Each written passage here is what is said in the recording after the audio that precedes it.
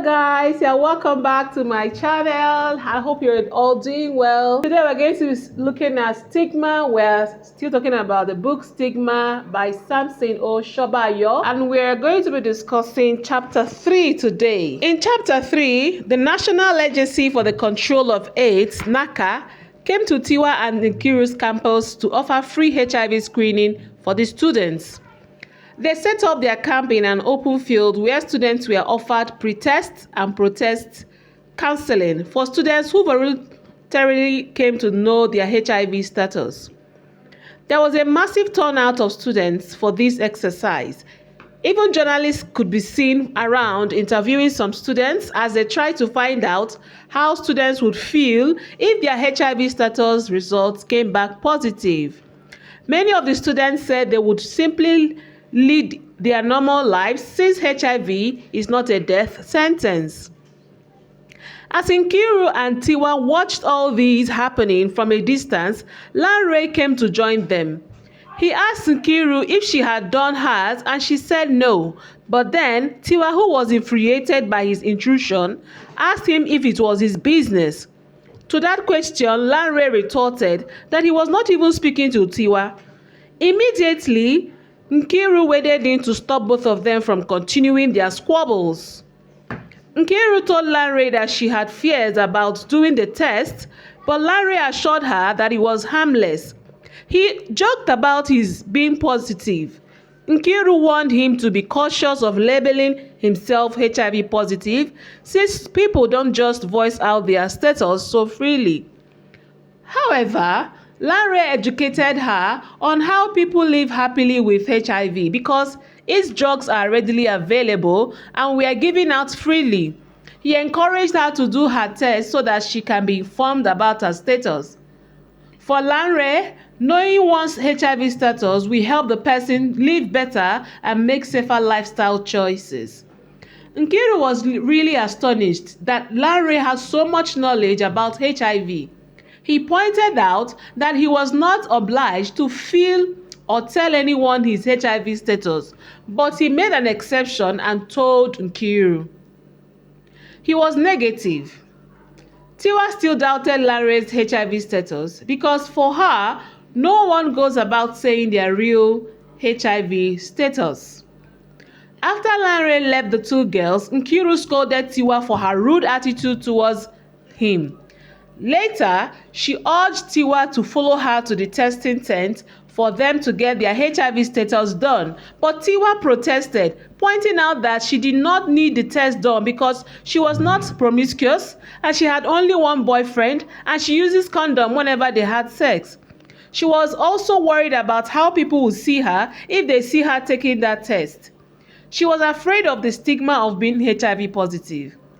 Nevertheless, Nkiru was not deterred by Tiwa's misgivings about the HIV test. She was already convinced that taking the test was the best choice. And so Tiwa and Nkiru moved closer and joined the queue. It is important at this juncture to highlight a significant part of this story, which is the education given about the HIV test. Before anyone takes the HIV test, that person must be given pre-test counseling. This pre-test counseling enables the person to decide if truly they would like to take the test or not. The pre-test counseling is the education about HIV and how the test will be conducted, etc. 3 counselors admitted 3 patients at the same time for counseling, and after which the blood samples of the patients will be taken. Eniola was the counselor who educated Nkiru about what is called VCT, which stands for Voluntary Counseling and Testing. This is a counseling a person chooses to undergo in order to make an informed decision about whether to go on with the testing or not. Mr. Eniola gave Nkiru abundant information about HIV. When he finished, Nkiru, Tiwa, and the other male students all proceeded to the next room where their blood samples were taken. After their blood sample was taken, it was transported to the test room, which was noted to be in disarray. While the two girls waited for their test results, they were given post-test counseling. They received their test results and left the test center. Tiwa opened her envelope with trepidation, but her joy knew no bounds when she discovered that she was HIV negative. On the other hand, Nkiru was thrown into an emotional roller coaster when she discovered that she was HIV positive. She searched her entire lifestyle in hopes that she would pinpoint the exact thing that could have made her contract the disease, but it was all to no avail. She noted that she had not noticed any of the symptoms of HIV in her body. Nkiru thought about her readiness to reveal her status to loved ones. She resolved to tell Ola, her boyfriend, as soon as possible because Ola was her boyfriend. But in the meantime, she decided to keep the sad news to herself until she was bold enough to reveal her status. The news of her HIV status began to weigh Nkiru down. Her countenance changed, her behavior changed, and her attitude towards Tiwa changed as well. She was no longer the good and patient Nkiru. Instead, she was highly irritable and withdrawn. Tiwa observed all these and was really bothered by them. She even wondered if Nkiru had become pregnant. Nkiru, on the other hand, became very lonely because she did not know who to confide in about her predicament. Surprisingly, the only person she could think about was Lanre, whom she barely knew. Another thing that bothered Nkiru so much was her mother's reaction and what it would be when she finds out that she had HIV. Her mother had warned her about her relationship with Tiwa, whom she considered a spoilt, wealthy child. Nkiru's mother believed that Tiwa's family's wealth could save her from anything.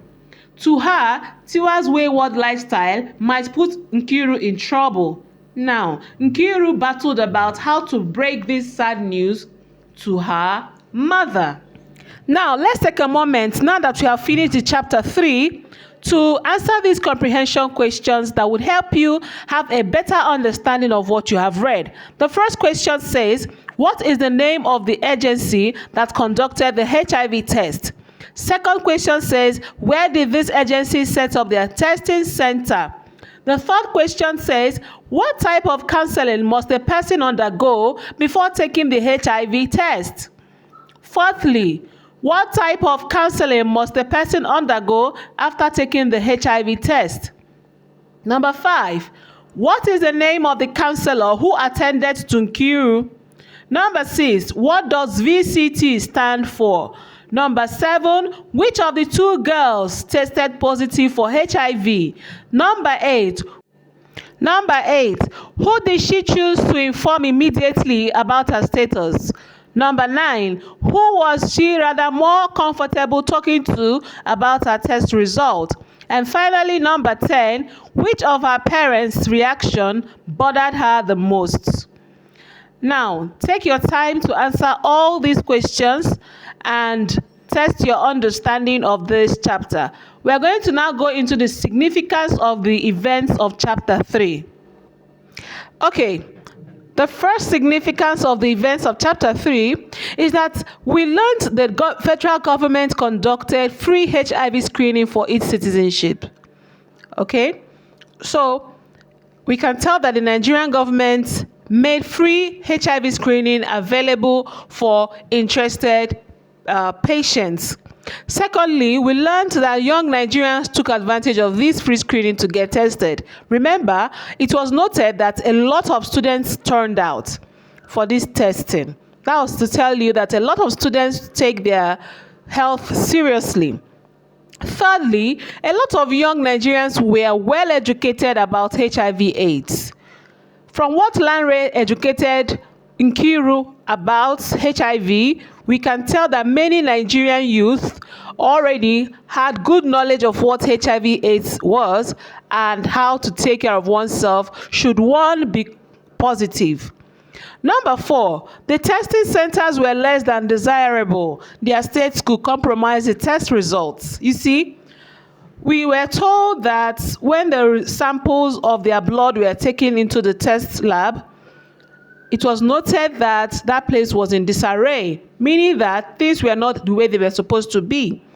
It's quite understandable because this is a makeshift tent or makeshift laboratory.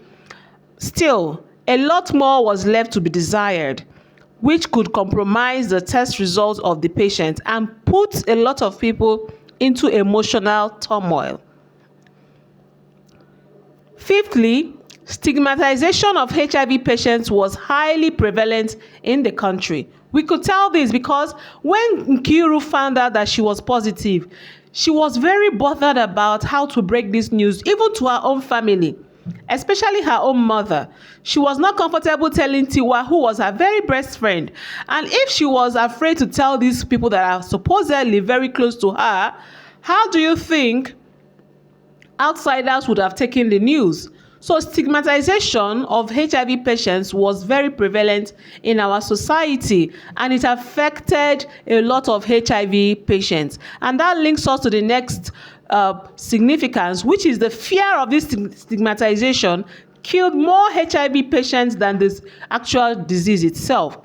Because when somebody was, had to hide their status, they will not receive the kind of care they would need to be able to thrive. And that would hasten the death of these HIV patients. Sometimes even family members pose the emotional risk for HIV patients.